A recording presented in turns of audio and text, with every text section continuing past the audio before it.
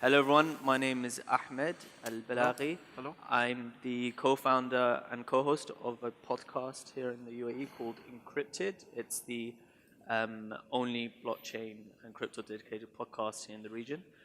And today this is a really exciting topic. When I first got into the industry around 3 years ago, one of the first things that I was researching for a good sort of 6 to 7 months was just focused solely on blockchain identity. And I think it's such a fascinating topic. And like Lara said just earlier, it's something where, we need identity before something can actually start, right? I mean, if I've got a piece of asset, there has to be a name attached to it, right? We can't work with Ethereum and everything is linked to an address which doesn't have a name. So how could you solve for identity going forward? But before going into the panel, I'd like to just hear a quick introduction from each of our panelists, but try and keep it short. Okay, hello everybody. My name is Kokila Alag. I'm founder of a law firm called Karm Legal Consultants. We are a corporate commercial law firm focusing on technology. I am an ardent fan of technology. I did my master's in law in digital payments and in electronic money 15 years back, and I've been waiting for moments like this to come and talk about what I learned in law school. So I am Ali Sajwani. I used to be the CIO for Emirates MBD, and then 2 years ago I established a blockchain company called Grape Technology. Hello everyone. Can you hear me? Yeah. Yeah. Okay. I can hear myself. So, my name is Mohammed Al-Kandwi. Hello. Okay. Perfect. Much better now. Yes. Yeah. Now we know who's the techie here and who's not. So we are supposed to talk about technology, but anyway. So my name is Mohammed Al-Kandwi, co-founder of Smart Transformation Saudi. I have been involved in the blockchain space for over 5 years now. I started my journey in blockchain from a research perspective when I was doing my master at the Sorbonne School of Business in Canada. And ever since I fell in love with the technology. So I have been working on several projects,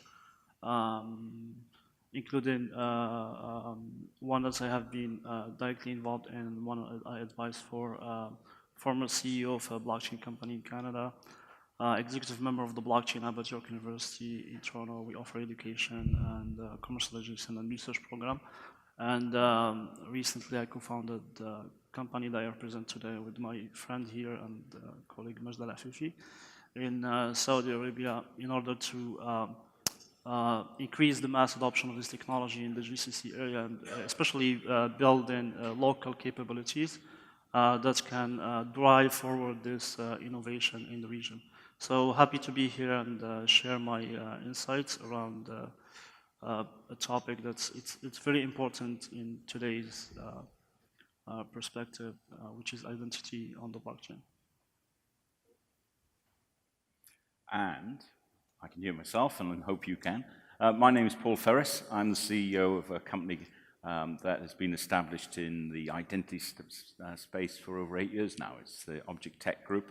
But I do a bit more than that. I'm also the global convener for the international standards, ISO standards in identity. I'm the person that brings together about 220 experts around the world to establish international standards in identity using the blockchain. I'm also, for my sins, many, many years ago, I was a founding member, and I'm still a board member of what's called the UK Digital Currency Association. We were quite influential way back when, in particular in the European markets, in the European governments, where we ran really a lobbying program at that time to actually bring what we now call blockchain into the mainstream. In those days, this was a black art. But anyway, that's how far back out my experience goes. And I've tried to keep young and not succeeded. It used to be black hair, I must say. So, hi everyone, Nadim Takshi, a bit younger than Paul. Obviously. I am the Director of Business Development for Cambridge Blockchain. We're a company based in Cambridge, Massachusetts, and not in the UK. and also based in Paris. We're a software company, and we make digital identity enterprise software. So we have software basically that does three things. It stores personal data, it shares that data, and it validates it. And we do this using, to some extent, the blockchain. Our main focus has been up until now on the KYC use case, and today we're building the first live project of a KYC utility in Luxembourg with the major banks there and the 600,000 retail customers. So this is the first project going live. It will be going live sometime this year in the next few months, and we're very excited about it. Great stuff. It looks like, just a wide range of different experiences on the panel here.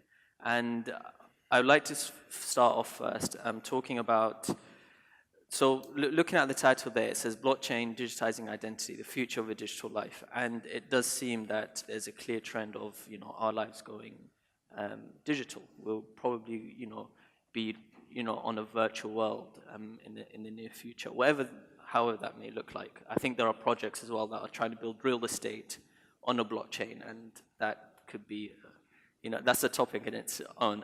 Anyways, I want to actually just go to the fundamentals.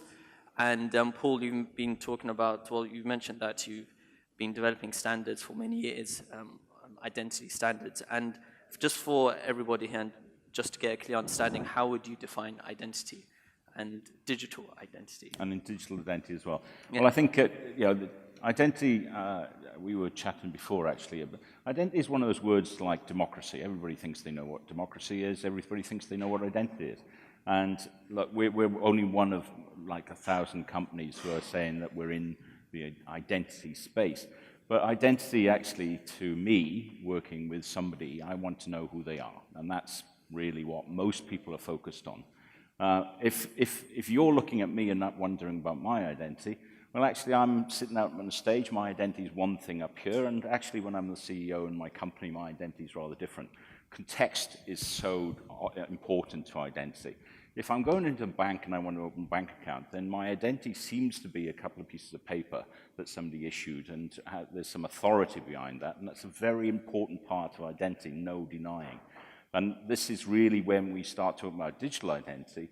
Overwhelmingly, people talk about a digital identity as a digital representation of those pieces of paper. But you and I all know, and in fact we know beyond what identity is, because we always think about identity as a personal thing, identity is a lot of other things as well. We identify companies, we identify things, aircraft parts, we identify many other things. And that's where it's very important that the development of standards actually takes in that whole broad width of what identity is. So most of this conversation is probably going to be about people. That's natural. We are all people, so that's what everybody's mostly interested in. There are huge opportunities in terms of making more efficient approaches to identity for other things apart from people, and that's really a topic for another conference, I think. And that's why, as probably the main thing that if you walk away thinking about the international standards, and I hope you do, that the international standards actually cover four main areas: people, entities, that's like companies, legal companies or non-legal companies or organizations, things, that's in the Internet of Things, and also processes. And a process would be something like, say, a trade, or we all know they exist. That is equally as much an identity as anything else. So there's a framework within the international standards, which I hope everybody eventually will start to work within. You said two interesting words, which was digital representation. And that digital representation is basically of paper identity manual processes, right? But it hasn't sort of been completely digitized yet, yeah, from my understanding or from what you're saying. So Nadim, did you want to add on to that? Yeah, just to add on top of what Paul said, today there are three ways of establishing identities online. We focus on the identity as a whole. The first type is the traditional form of identity, or like social security numbers. And these ways of identifying social security numbers are growing more and more unsecure and risky. We can think of the Equifax hack in 3 years ago, where 150 million Americans saw their social security numbers hacked, and they actually cannot do anything about it. They just have other people like holding their social security number. Another way, another form of identity is the digitized version of this traditional form of identity. It's basically these digitized, centrally state-run databases that hold all of the nation's people identity centrally. And these are basically honeypot for hackers. We can think of an example in India with Aadhaar. Aadhaar is a company that owns the identity of 1.1 billion people. And a year and a half ago, 135 million of these people saw their identity leaked online. And the rest, the other billion have their identities on the dark web. The third one is the brokered identity, or we can think of Facebook or LinkedIn or these social medias that provide you a free service, and you basically give them your identity. You're not in control of your identity. You cannot do anything about this.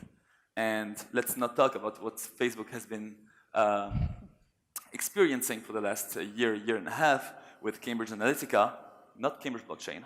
And I was just about to ask that. we don't have anything to do with them. And other things. So basically, these three forms of managing identities online or establishing identities online are flawed and are not working well enough and are getting more and more risky and facing hacks. So this is why people with the blockchain have been starting to look at how blockchain can help that, and we can discuss this, I think, a bit later in the panel. And when we think of a personal identity, an identity just for a person, it has basically to have 4 characteristics. It has to be personal, just unique to one person. It has to be persistent, so it comes when you're born and it dies with you at your death. It has to be portable, so you can basically use your identity anywhere in the world. And it has to be private, going into the control of your own identity. And these are very important elements to keep in mind before we keep with this panel. Okay. And Mohammed, you wanted to add? Yeah, so I just want to emphasize on what Paul said, like that identity has evolved, depends on the context. Like if I think about my grandma, for example, they didn't hold any piece of identity because they used to live in a small group, and so everyone knows each other, and like they were not obliged to prove who they are. So, and the keyword here is proof. So, but then when people started traveling, different groups have emerged. Now we need access to government services, for example. So we need to prove your identity, and we have evolved to like a paper-based identity system to get access, for example, to government services. So proof is the first keyword when we're talking about identity. The other keyword is trust. So if I give you a piece of identity, like how would you trust that I'm actually the person in front of you? Like sometimes I ask myself this question, like when I'm at the airport and I give my passport, they ask me, okay, you take off your glasses. But I took this picture like 6 years ago. Like, I'm not the same person. So do we really have reliable systems that we can prove exactly our identity? And the other thing, because now we talk about everybody online, so it's security. And Nadeem mentioned that different hacks that have happened during the last couple of months. So it's very important that we can secure our identity properly, and also like this emergence of, for example, social media. So it's not actually just the identity we have, like the government's identity, but everyone has a persona, for example, depends on the platform they are using. And it goes beyond like first name, last name, age, etc. Now, like there's a whole lot of data that is around this identity concept when we are talking about online. Great. So my next question, maybe Ali, if you want to take this or anyone else on the panel, what does identity on the blockchain really mean then? So what is blockchain, giving that any other technology isn't? So the way we look at it today, I think we've touched on a few things here.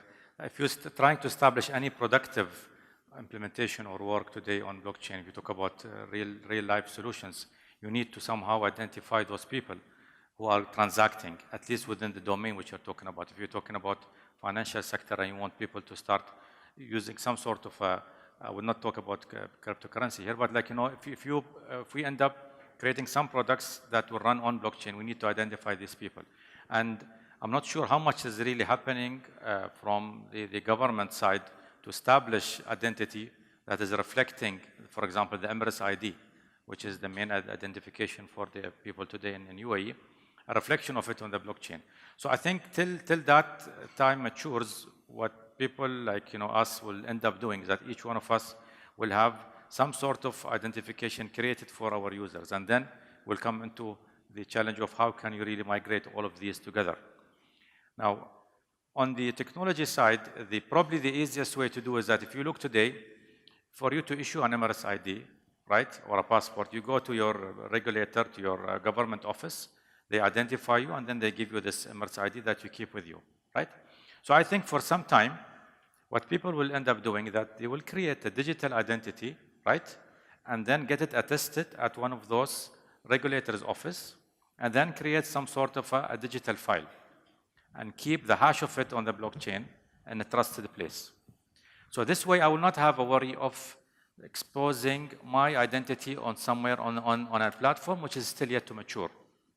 I'm keeping my digital file with me that represents me as a person, and then whenever I want to give it to someone who I trust and pass it to them, they will have to go and do the hashing, compare against the blockchain to ensure that this is actually matches what has already been identified by this specific government office or the specific trusted party. Okay. Did I answer you?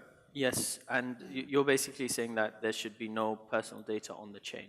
No, what I'm saying, it will take people some time to really trust to put their data on a place like the blockchain, especially with all what's happening, right? Mm-hmm. So maybe as an interim or as a transition, people keep their identity with them, they get it verified, and that hash that is created, you keep it on the blockchain, and whenever you need to present your identity, you go backwards, encrypt the data using the keys, and then check against the blockchain to make sure that this is actually an accurate and a trusted type of information.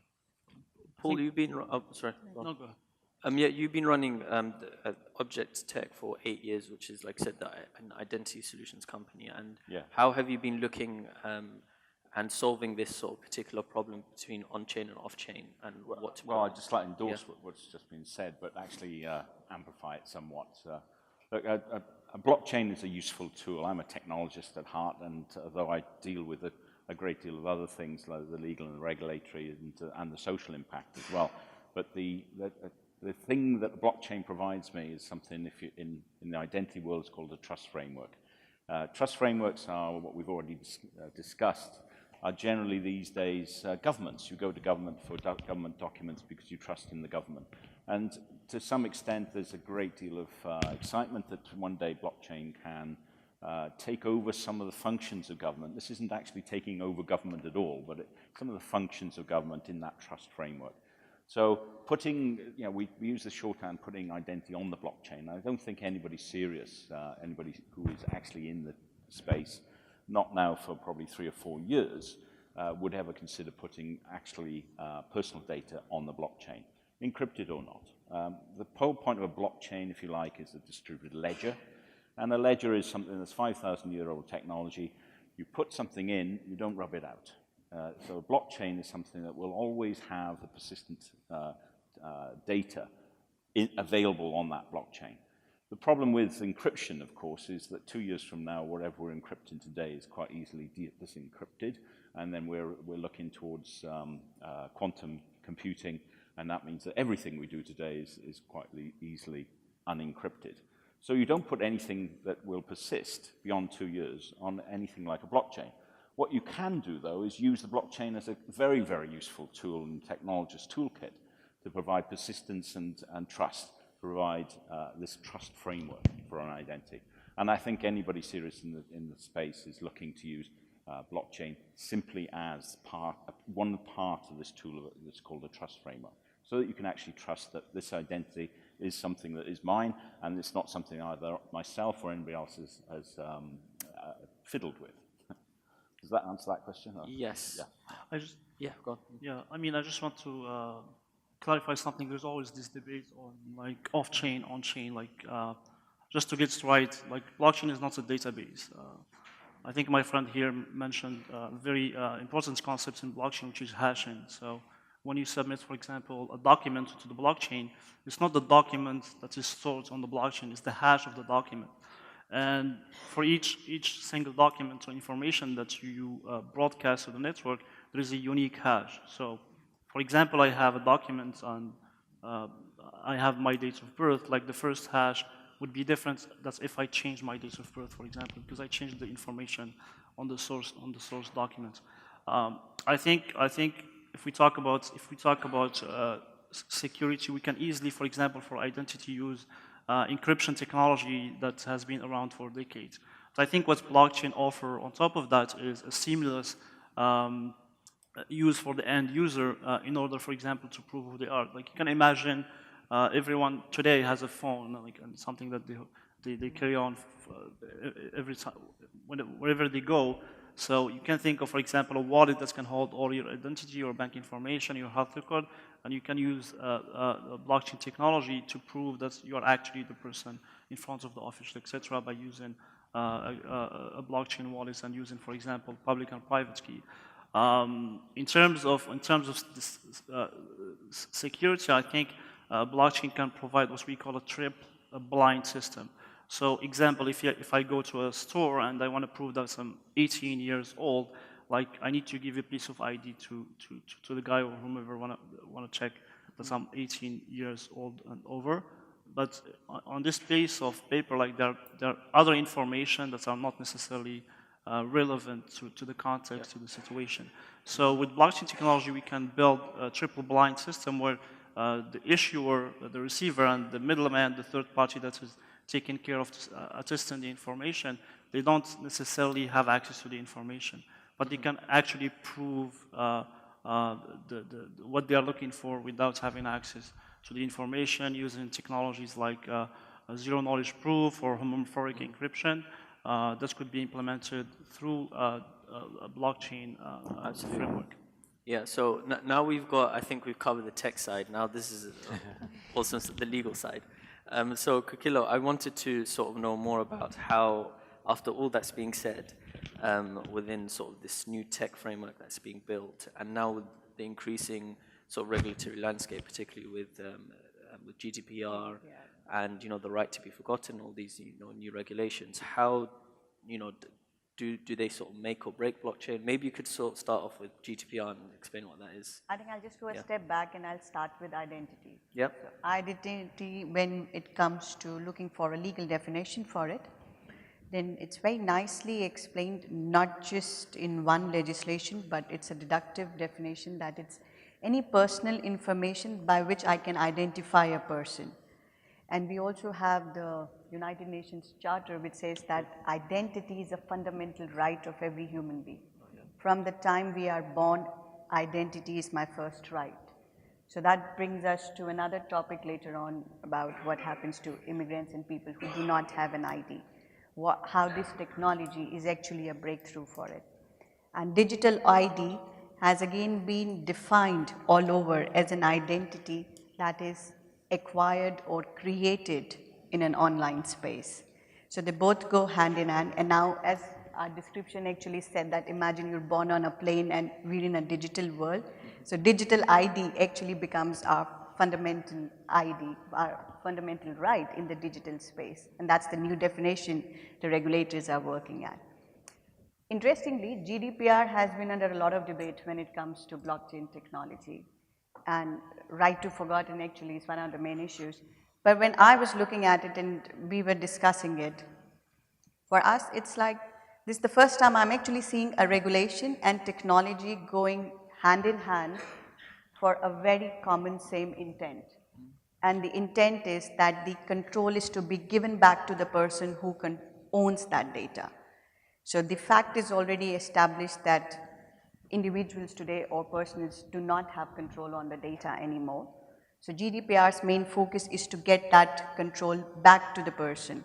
And that's where even what blockchain technology is providing, where we're talking about a complete decentralized world, where we're saying individual is important and their data and their information is important to them.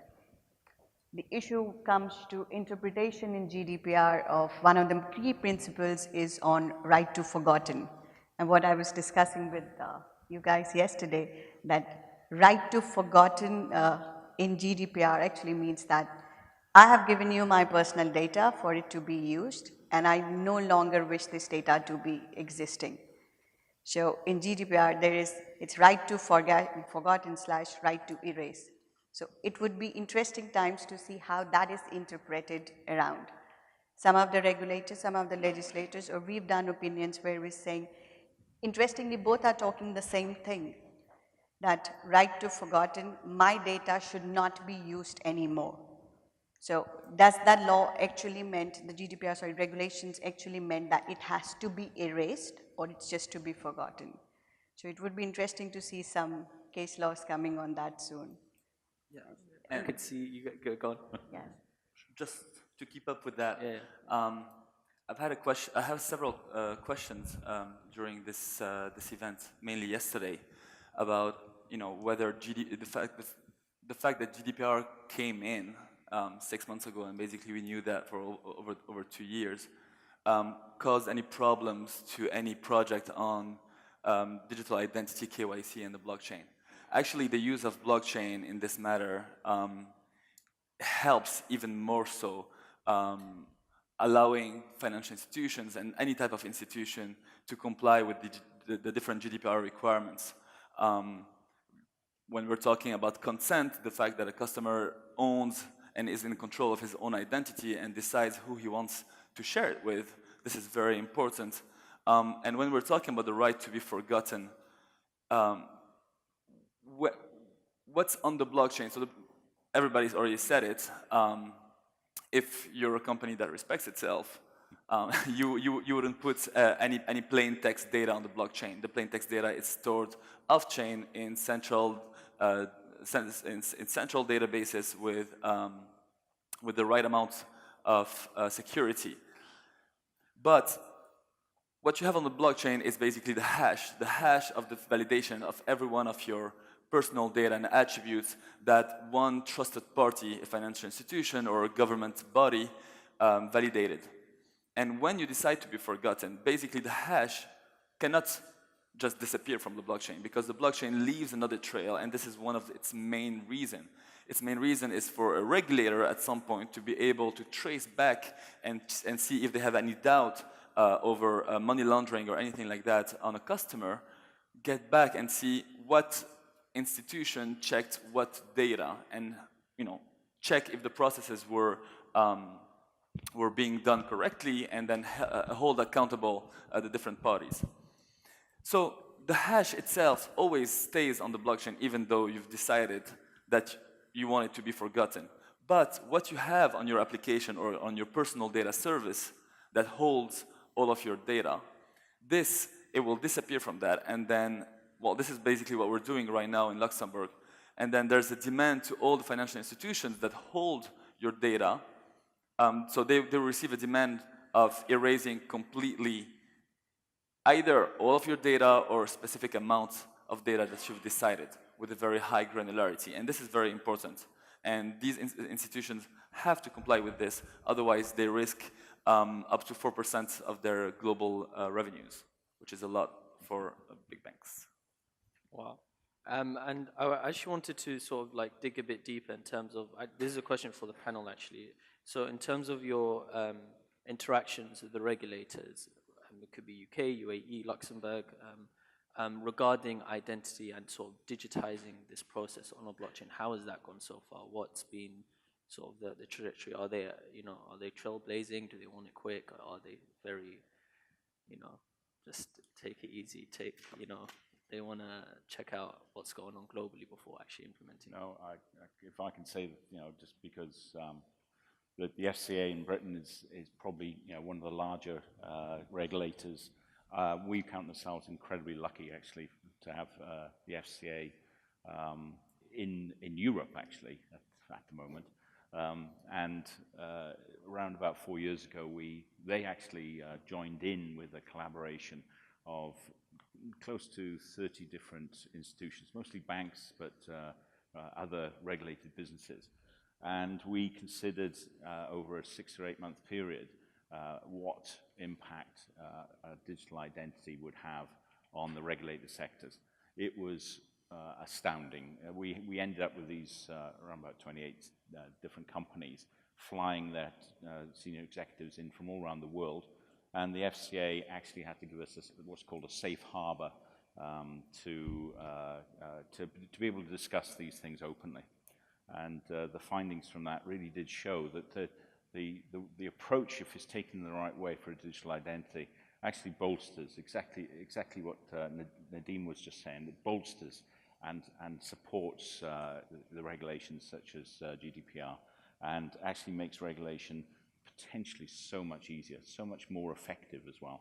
So if you know who you're dealing with, for instance, and you can do this in a proper, secure and private way, then there's huge potential for regulators. It's what we found around the world.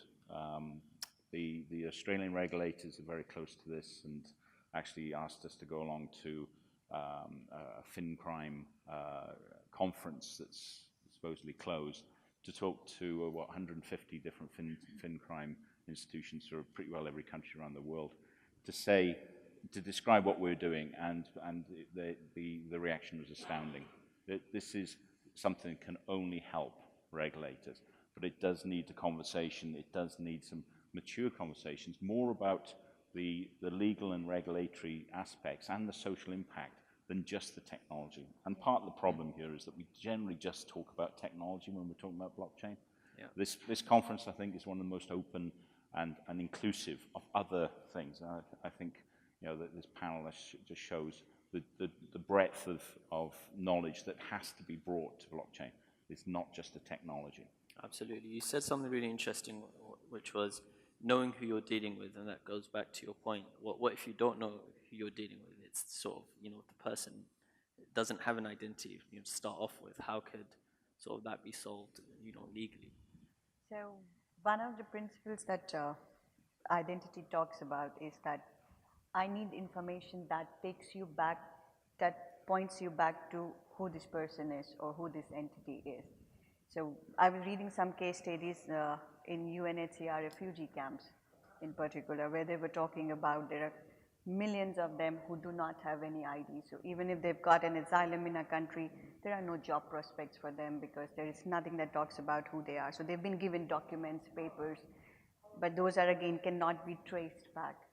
So they've been now coming up with programs. I think one of them is ID 2020 and some more, which are focusing only on people who do not have their IDs and who've lost it. So any sort of ID or a verification, or even from social media posts, they're gathering that information just to create that first ID for them.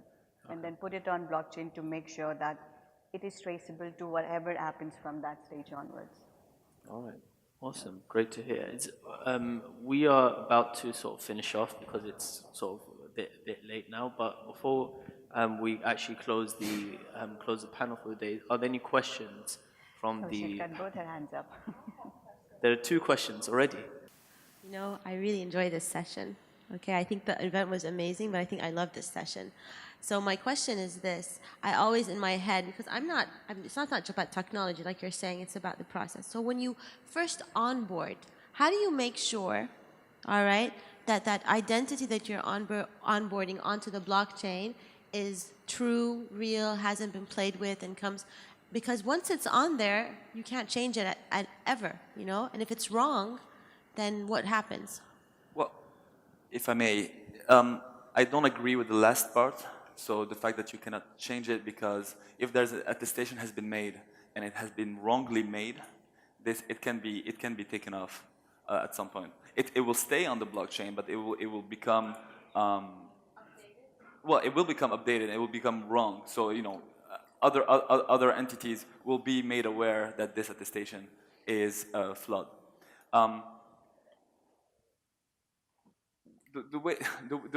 The way the first customer onboarding, the first customer onboarding within a utility is always made in a normal way, the way we see it today. So a person has to go either physically to a branch bank, open his first bank account in a country, or being authenticated by another governmental body before they can actually send their documents for the first time to a bank. The way it works in Luxembourg is that every person in Luxembourg will have the Lux Trust account, which is the governmental body that holds all of their all of the personal data and attributes. When they want to open their first bank account, they have already been authenticated by Lux Trust, the body that does the authentication. They will ask, for example, BNP Paribas to open their first bank account. BNP Paribas will ask them for a copy of their ID, a proof of residence, and so on and so forth. When they send them to BNP Paribas, they'll have to go through this very lengthy and very cumbersome process of data validation before they actually do the KYC. The KYC being something different. KYC is, do I accept you as a customer or not? But then I need to validate that the data I've received has not been tampered with, has not been stolen or anything like this. This is the process that is similar to all organizations in Luxembourg and outside. The KYC is very proper to every bank or every institution. So this is very important to make the difference, to grasp the difference between those two things. Then once they validate it, they go on the private blockchain, they write down the attestations or the hashes of it, and then when you want to open another bank account, so your second process of opening another bank account or taking a loan at the same bank or another bank, or it doesn't need to be a bank. You'll send your documents, they'll go on the blockchain, compare the documents they've received to the attestations. When they see that they match, they will know who checked what and when. They'll know that BNP Paribas checked this document at this time, this date. And so this is the whole process, how it would go. I think the short answer is on onboarding process, you need a trusted party to approve the data. I think we have, for example, in Canada, we have similar examples, Secure Key as a company, and they partner up with banks. So when you go to a bank and open a bank account, like they will ask you for a bunch of documentation, ID, they will do the proper KYC, etc., because you are dealing with money. And now we can use this identity, your online banking, for example, to sign up for government services. And now what they're experimenting with is they're using Hyperledger to bring this concept onto the blockchain because of the security and the privacy component to it. Yeah, it's very funny. We still need trusted third parties for trust this technology. Can I just make a quick... Probably at the first place. Can I just make a quick comment on that, though? And I'd want to absolutely agree with Nadeem about, say, the Luxembourg situation. This is what they need to do in Luxembourg. And the danger is, of course, that every country will do it in a different way. Well, is it a danger? That's the prerogative of a regulatory regime, in this case, the EU regime. But actually, this at the end of the conference, this is one of the most exciting panels because we're just not talking about identity in the way that everybody knows about identity. Part of the excitement is that you can have identity for people that aren't going to open a bank account. In fact, they haven't any identity at all at the moment. There's such a huge area of benefit that we can bring. Not just to open a bank account, which of course everybody in this room probably knows very, very well, but a massive proportion of the population can't open a bank account because right now they have no identity. So the prospect of what we're building is actually to provide people with even the start of an identity.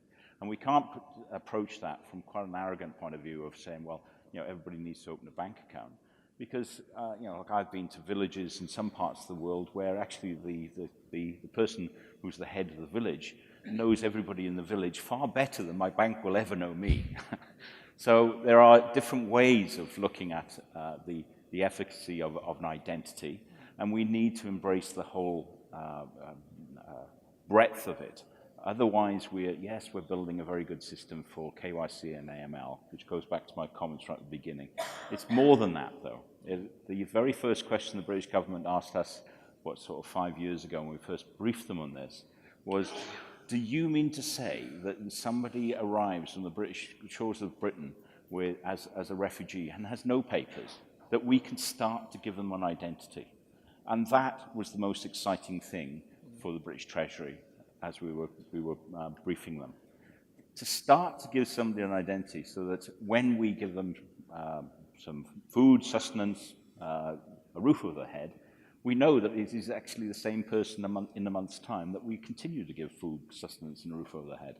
And that was an exciting prospect. We actually thought that, of course, that all the questions were going to be directed at the financial services, and that's what we were ready for. But actually, the breadth of what we are all talking about here, I think, is really why this is actually a very exciting subject. And adoption for everybody around the globe is really what we should be focusing on. Great. Yes, okay. There's a product called Sovereign, I believe, for network. Sovereign, for, yes, it's a non-profit organization for having a digital identity, worldwide digital identity. And it's a blockchain, group, consortium, like Corda, like others, for having your own online identity worldwide for people on IoT, even devices and so on. So I don't know if anyone have an idea about this one, or? So Sovereign basically works on, you create all your ID, all your documents, your data, and put it offline in a wallet that they've created, and you keep it with you. And you give permission for it to be used by any public authority or a government department or a financial institute to use it. So the basic idea is that you become responsible for your own personal information. It's not shared on any other network, but it remains with you. So, but I believe the aim as well is to have a digital identity at the end of the day, and then you can use it in anywhere else worldwide, then you can use it for transaction or whatever. I mean, something very interesting, like blockchain. About Sovereign's approach. So Sovereign has a B2C approach where basically they want, their intention is to have a sufficient number of people using their application and allowing them to identify themselves and basically deciding about their own identity. And this is my very personal very personal view. You have foundations like the ID 2020 that is managed by Accenture, Microsoft, and other big companies that put a lot of effort to allow the billion-plus people in the world that don't have a personal ID to get one and to be able to access different types of services, not necessarily only financial services. The problem is that for all the rest of us who actually have an established identity, from my personal experience in this field, I don't see this happening anytime soon this way without any governmental entity managing that, because you always need to have the regulator on board. And like Paul said, we've seen more and more regulators getting more mature about this and understanding more about this topic and wanting to improve things. But we're still not there yet, and every regulator, every country wants to do its own KYC utility, or they want to do their own identity management utility. And I'm not sure we'll be able to have one self-sovereign global identity for the 7+ billion people that we are. Unless we can establish international standards. Maybe. Yes. Good luck with that. And I think this is bring up a good point. Is like so Nadeem mentioned established identity of people who have not had identity before. And for us, from a technology perspective, it's a challenge that we face. For example, for one of the projects we're working on, is like to use a blockchain platform, you need to issue to a user like an ID, a private and public and private key. And people were saying, okay, well, hold on, like I'm used to use email and password, like you're asking me to use like a public and private key, lots of digits and words. So I think it should be like for any framework out there, like user experience should be the focus as well, and trying to bridge what people are used to, like with the advanced blockchain technology can enable. For example, what we did, like we attach, for example, the existing access, email, and password to the blockchain card that has been issued on the blockchain, and now like they can use their existing credentials, but at the same time benefiting from the power of blockchain technology. So I think it's important to keep the user in mind, because it's one of the challenges that's it's facing for mass adoption of blockchain. Like people are not used to managing this kind of complicated and complex software that we have today in the blockchain space. Absolutely agree. I think that there's one thing that we could all agree on. Identity is probably one of the hardest things to solve, blockchain or not. And it's going to take a long time until we sort of realize that sort of digital life, until we build standards, right, Paul? Well, I just want to say thank you so much first to our esteemed panelists for joining us, and also for all you guys staying till the very end and hearing us out. Thank you very much. Thank you.